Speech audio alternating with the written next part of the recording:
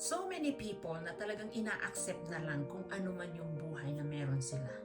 Na kahit na yung buhay nila is paycheck to paycheck pa rin, na walang ipon, puro utang, ay hindi pa rin gumagawa ng paraan at pinapairal ang takot or yung pagiging skeptical nila, especially po dito sa online business na ginagawa namin.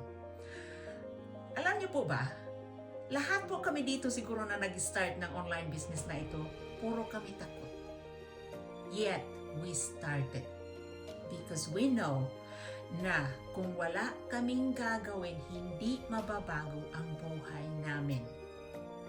Kung hindi tayo gumawa ng aksyon, hindi natin babaguhin ang routine natin na hindi naman nagpapaunlad sa buhay natin, ay ganun na ganun pa rin ang buhay 3, 5, 10, 15 years from now, ganun pa rin.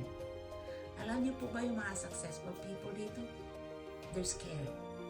They have full-time job. They're busy. They're skeptical.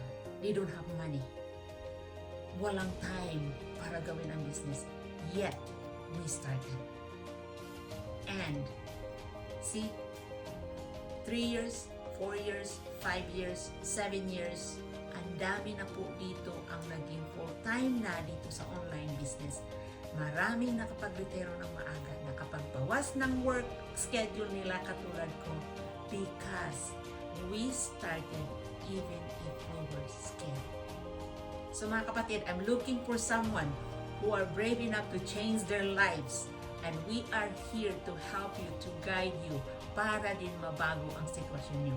So, kung kayo po iyon, message me po or comment ready below, and we're more than happy to help you and to guide you na maging successful din dito sa online business. Maraming salamat. Thank you.